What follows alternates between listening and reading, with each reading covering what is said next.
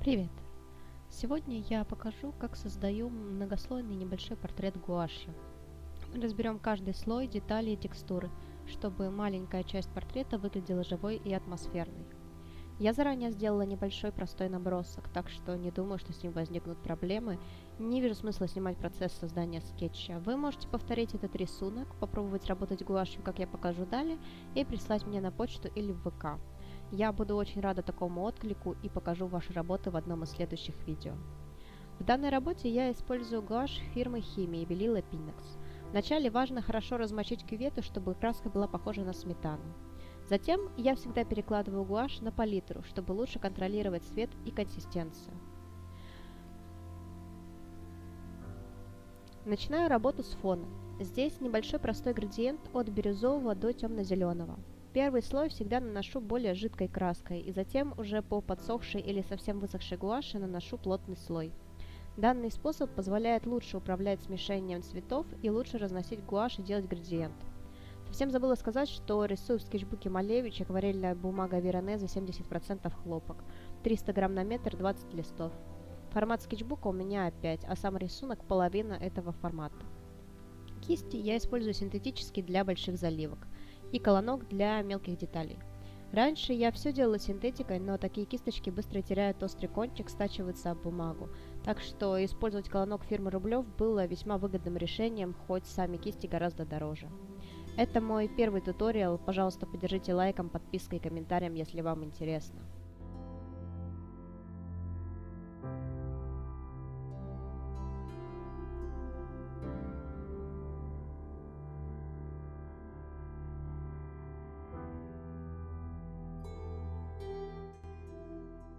Снизу рисунка вы можете заметить квадратики. Я их сделала, чтобы выкрасить палитру цветов, которые использую в данном рисунке, чтобы вам было проще.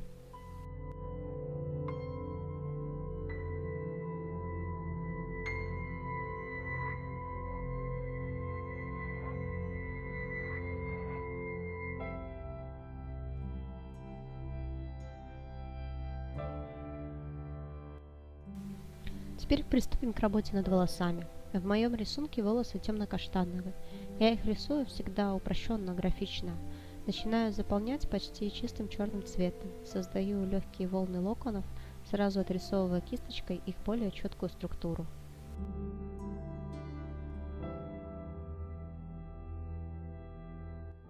Затем я беру светлый коричневый оттенок и начинаю точнее цветотень. Яркий коричневый оставляю лишь в самых выступающих местах, а все остальное слегка смешиваю с темной подложкой, которую нанесла ранее. Кисть с краской веду только по линии движения волос, что позволяет мазкам ложиться по форме. Это особенно важно там, где заливка не плотная, а люсировочная. Такой прием позволяет создать визуальный объем и структуру волос. Временами, где я вижу, что недостаточно прядей, делаю их темно-коричневым, дорисовывая линиями.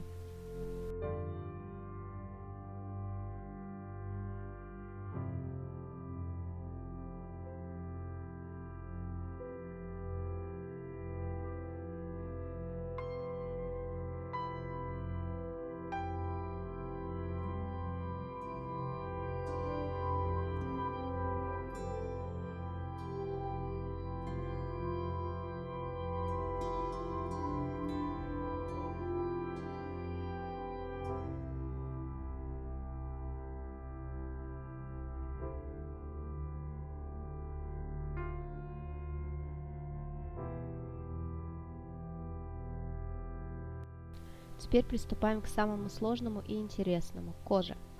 Здесь я работаю гораздо более аккуратно, первые мои заливки совсем прозрачные.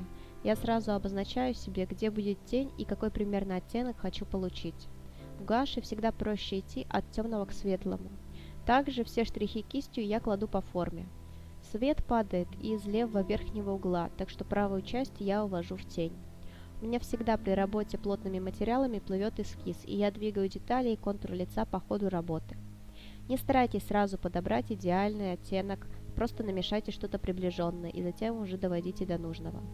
Гуашь позволяет вмешивать новые оттенки или перекрывать то, что совсем не вышло. После основных мест теней я перехожу к светлым участкам. Их тоже сначала намечаю немного темнее, чем нужно, и затем уже уточняю. Первые слои будут некрасивые, но они позволят видеть работу целиком и сразу покажут места, где надо что-то добавить или приглушить. На важных моментах, а в данном рисунке это лицо, у меня больше слоев, чем в других. Кистью работаю как карандашом, накладываю краску штрихами, так что у меня нет идеально плоских картин, всегда виден рельеф и мазки.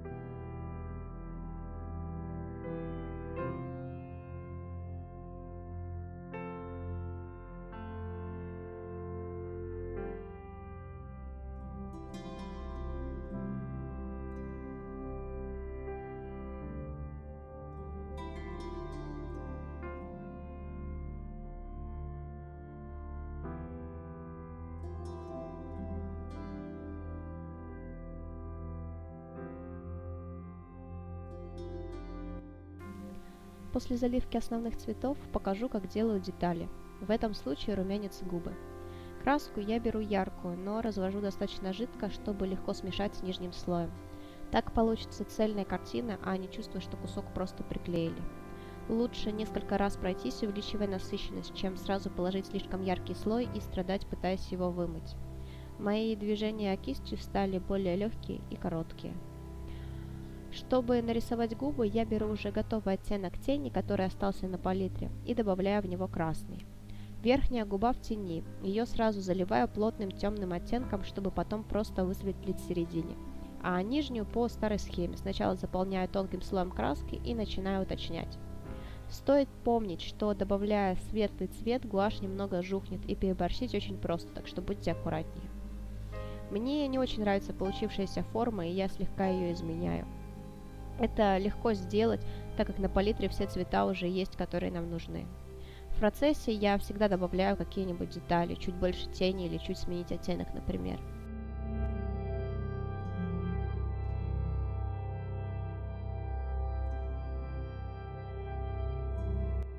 Шею и зону декольте рисую по тому же принципу.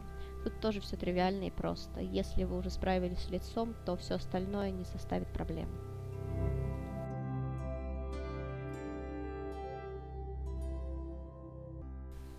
Сейчас покажу, как делаю свои объемные узоры. Тут важно подготовить краску, она должна тянуться за кистью, не быть слишком жидкой. Также кисть стоит взять тонкую, но упругую. Наношу краску толстым слоем. Этот тянущийся хвостик гуаши укладываю как зубную пасту. После высыхания краска уменьшится и станет с более острой формой. Чтобы уточнить форму узора, можно в конце только после полного высыхания обвести темным цветом гуаши. Сам узор можно поправить сильно влажной кистью, пока он не засох. Кисть должна быть мокрой, чтобы к ней не прилипала краска. А сейчас моя самая любимая драпировка. В ткани гуашью нет совсем ничего сложного. Все основные складки я сразу отмечаю темным оттенком. Так будет видно форму, и смешивать цвет станет проще. Логика нанесения цветов все та же, что и на лице. За кадром я оставила прорисовку рук, там всего 3 слоя и совсем небольшая детализация.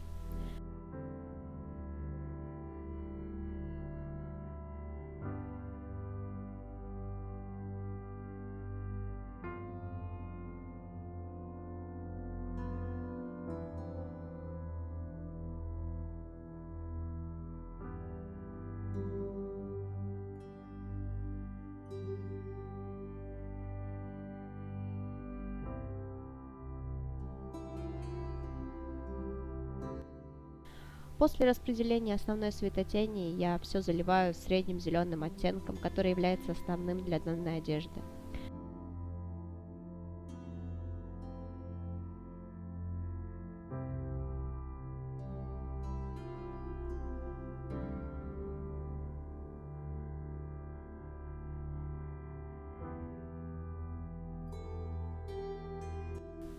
Дождавшись полного высыхания, я начинаю высветлять нужные участки.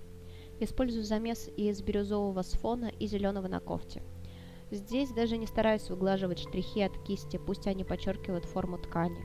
Также это не самая важная часть в данном рисунке и не стоит сильно ее детализировать, чтобы взгляд зрителя не отвлекался. Самые выпуклые части одежды самые светлые. Если не хватает насыщенности, пройдитесь после высыхания еще одним слоем.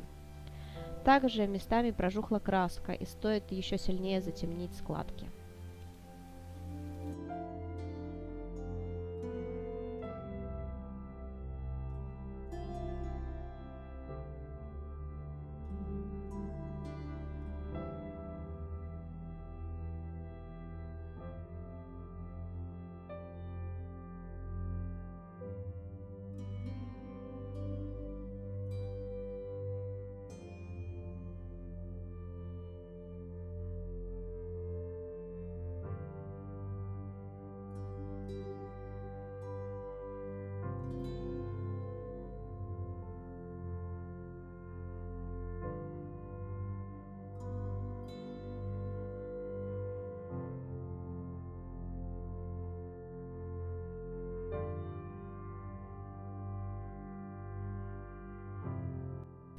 Последняя гранат, самое простое, оставила напоследок. Отмечаю основные тени, после заливаю холодным красным оттенком и в конце высветляю, добавляя форму.